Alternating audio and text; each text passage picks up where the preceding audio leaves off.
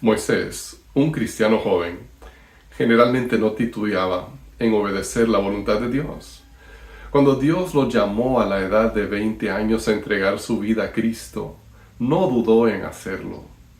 Cuando Dios lo llamó a dejar su hogar en África para estudiar en los Estados Unidos, tampoco se negó. Cuando se graduó de la universidad y Dios lo llamó a estudiar en el seminario, lo hizo con gusto. Allí se casó con su esposa, Beth. Cuando el Señor los llamó a regresar a África Occidental, Moisés obedeció. Pero entonces Dios lo llamó a hacer algo realmente difícil. Lo llamó a servir como misionero en las islas del país de Senegal, y Moisés no sabía nadar. ¿Cómo podría viajar a las islas en las precarias lanchas de madera que se usaban sin saber nadar? Moisés se aferró a su fe en Dios, se puso el chaleco salvavidas y se subió a la lancha. Como resultado, muchos han oído el Evangelio.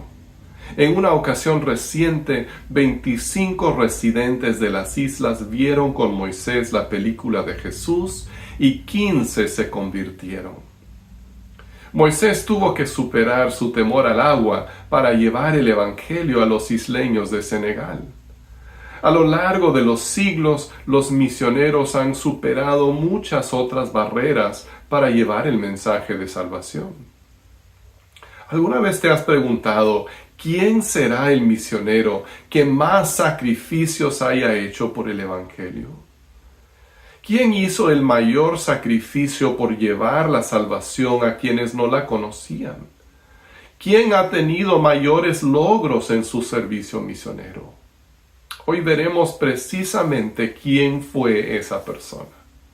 Encontramos su historia en Juan 1, del 1 al 5 y 14. En el principio ya existía el Verbo, y el Verbo estaba con Dios, y el Verbo era Dios. Él estaba con Dios en el principio. Por medio de Él todas las cosas fueron creadas. Sin Él, nada de lo creado llegó a existir. En Él estaba la vida, y la vida era la luz de la humanidad. Esta luz resplandece en la oscuridad, y la oscuridad no ha podido apagarla. Y el Verbo se hizo hombre, y habitó entre nosotros. Y contemplamos su gloria, la gloria que corresponde al Hijo único del Padre, lleno de gracia y de verdad. Podemos declarar que Jesucristo es el misionero más grande de todos, pues Él hizo el sacrificio más grande y ha tenido los mayores logros en base a su servicio misionero. Juan nos hace ver que Cristo nos ha mostrado el amor misionero de Dios.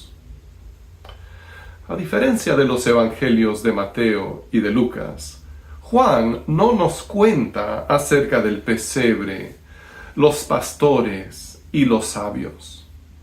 Es probable que Juan, quien escribió después de los otros evangelistas, supone simplemente que ya conocemos esa parte de la historia de la Navidad.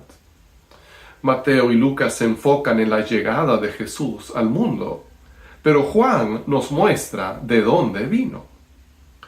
Observa las cosas que nos dice aquí Juan acerca del Verbo.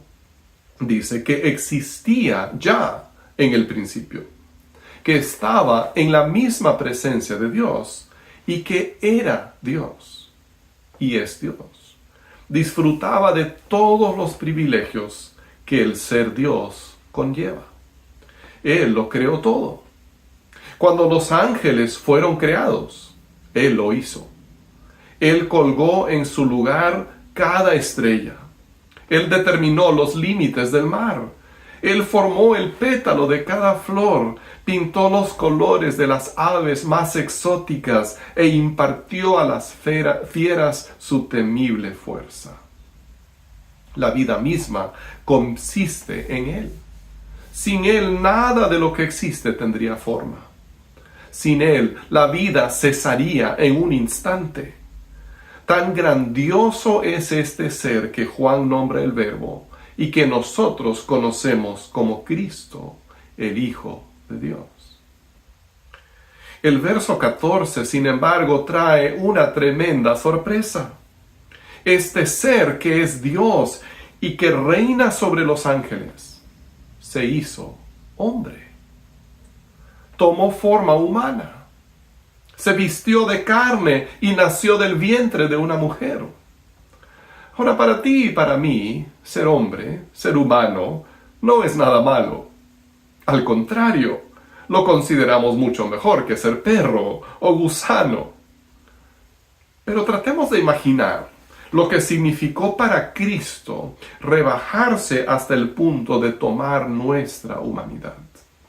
Dejó atrás sus privilegios como Dios. Cuando fue capturado para ser condenado, declaró que él podría llamar a 10 legiones de ángeles y que vendrían corriendo para socorrerle. Tales eran su derecho y su autoridad como Dios. Sin embargo, él no se valió de este privilegio. Más bien, vivió con las limitaciones y los sufrimientos que todos enfrentamos en este mundo caído. Si pudiéramos imaginar lo que sería de repente convertirnos en una cucaracha o en una hormiga, quizás tendríamos un pequeño concepto de lo que le costó a Cristo hacerse hombre. Él lo dejó todo atrás para hacerse uno de nosotros. Este es el verdadero amor misionero de Dios. Cristo nos demuestra lo que significa ser misionero. El amor que Él mostró es la única razón suficiente para las misiones. Las misiones nacen del corazón de un Dios que nos amó tanto, que envió a su único Hijo para nuestra salvación. Esta es la base de lo que Dios está haciendo en el mundo. Una vez que hayamos entendido esto, podemos pasar a una segunda realidad. Se describe en Mateo 28, 18 al 20. Dice: Jesús se acercó entonces a ellos y dijo: Se me ha dado toda autoridad en el cielo y en la tierra. Por tanto, vayan y hagan discípulos de todas las naciones, bautizándolos en el nombre del Padre y del Hijo y del Espíritu Santo, enseñándoles a obedecer todo lo que les he mandado a ustedes. Y les aseguro que estaré con ustedes siempre, hasta el fin del mundo. Al final de su ministerio, Jesús dejó con sus discípulos estas palabras. Eran sus instrucciones finales antes de ser llevado al cielo. Forman la declaración de la misión evangelizadora de la Iglesia hasta que Cristo regrese. Aquí vemos que Cristo nos ha mandado a llevar el mensaje al mundo. Esta es la misión que Jesús ha dejado a la Iglesia. Nos ha dejado la responsabilidad de llevar el mensaje a cada nación y tierra, a cada pueblo y lengua. Jesucristo no tiene una segunda opción. Nos ha dejado como sus embajadores para llevar el mensaje a todo el mundo. Cada empresa tiene su razón para existir, una misión que busca cumplir. La empresa Coca-Cola, por ejemplo, busca vender su producto a cada persona. Según las cifras de algunos años atrás, el 97% del mundo conoce la marca Coca-Cola. El 72% del mundo ha visto una Coca-Cola. Y el 51% de la población mundial, más de la mitad, se ha tomado una Coca-Cola. Ahora, la empresa Coca-Cola tiene un poco más de 100 años de existencia.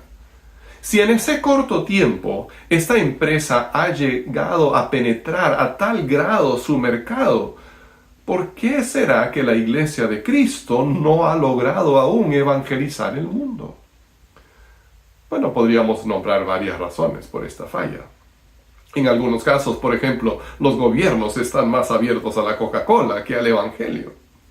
Pero ante todo, sin embargo, tenemos que reconocer que la Iglesia no ha estado dispuesta a sacrificar para que se logre esta meta. Estamos dispuestos a echar algunas monedas al plato de la ofrenda, pero no estamos dispuestos a dar con sacrificio. Estamos dispuestos a orar por los misioneros que van a otros países, pero no estamos dispuestos a permitir que nuestros propios hijos vayan. Estamos dispuestos a escuchar historias inspiradoras de vez en cuando, pero no estamos dispuestos a estudiar a fondo la historia de las misiones. Consideremos el gran amor que Dios nos ha mostrado, enviando a su Hijo, y consideremos la necesidad abrumadora. Actualmente hay aproximadamente 7.000 millones de personas en el mundo, quizás más. De ellos, más de 3.000 millones de personas no tienen una oportunidad adecuada de responder al Evangelio. Quizás hasta la mitad de la población mundial no ha oído el Evangelio de una forma culturalmente apropiada, es decir, de una forma que pueda entender y a la que pueda responder. Esto significa que nos queda mucho por hacer. Antes de desesperarnos, sin embargo, consideremos un detalle más. Cristo nos ha manifestado que Él estará con nosotros en nuestra misión. Al final del pasaje que hemos leído en Mateo encontramos estas alentadoras palabras. Les aseguro que estaré con ustedes siempre, hasta el fin del mundo. Muchos creyentes han tomado estas palabras como una promesa personal de confianza en medio de las tribulaciones. Y qué hermoso es saber que Jesús está con nosotros. Pero recordemos que el contexto de esta promesa es el mandato divino de ir. Jesús promete estar con nosotros cuando vamos a cumplir la tarea que Él nos ha dejado, esa tarea de llevar su mensaje al mundo. Si no queremos obedecerle, entonces también debemos preguntarnos si podremos contar con su presencia. Es incoherente querer que Jesús esté con nosotros y al mismo tiempo querer desobedecer sus mandatos. En cambio, cuando vamos en obediencia al mandato de Cristo, Él está con nosotros para bendecir, para proveer, para animar, para apoyar, para traer el fruto del mensaje. Cuando el apóstol Pablo perseguía a la iglesia primitiva, Jesús se identificó con su iglesia de tal forma que pudo decirle: Pablo, ¿por qué me persigues? De igual modo, Jesús estará con nosotros cuando en obediencia a su palabra e impulsados por su amor, sigamos sus órdenes y trabajemos para llevar el mensaje a quienes lo no han oído. C.T. Studd escribió lo siguiente: yo sabía que Cristo había muerto por mí, pero no había entendido que si Él murió por mí, yo ya no me pertenecía a mí mismo. La redención significa una compra.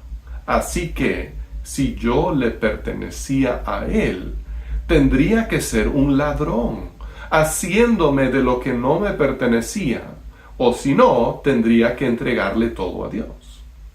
Cuando llegué a ver que Jesús murió por mí, no me pareció difícil entregarle todo a Él. ¿Te has entregado a Jesús? ¿Te das cuenta que le perteneces? Si vamos a unirnos a la misión divina, tenemos que reconocer que le pertenecemos a Cristo. La única decisión que nos corresponde es determinar cómo quiere Él que usemos nuestros dones, talentos y recursos para que se extienda su reino. Quizás Dios te esté llamando a dedicarte a las misiones. Hay una ola creciente de misioneros hispanos que están descubriendo que su cultura y su nacionalidad les abren la puerta a lugares que los misioneros tradicionales del occidente no pueden penetrar. Considera esta posibilidad. También Dios puede usarte para alcanzar a las personas que conoces en tu país de origen. Puedes tener la seguridad de que Dios te está llamando a usar tus recursos para apoyar la extensión de su reino. Considera cómo podrás llevar tus asuntos financieros de tal manera que tengas suficiente dinero también para apoyar la obra misionera. Dios también nos llama a apoyar en oración a quienes le sirven, pero en oración dedicada, en oración sincera y fervorosa. Usa la información que se proporciona para orar por las personas que trabajan en lugares lejanos. Y finalmente considera que hay muchas personas a tu alrededor que nunca han entendido lo que significa la muerte y la resurrección de Cristo. Comparte con ellos tu fe. Busca la oportunidad de predicar el mensaje allí donde te encuentras y únete a la misión más grande de la historia. Padre Celestial, gracias por enviar a tu Hijo a este mundo para salvarnos. Y gracias por el privilegio de ser tus colaboradores, Señor, en esta misión. Guíanos y llévanos a este mundo, Señor, que tanto te necesita. Te lo pido en el nombre de Cristo Jesús. Amén.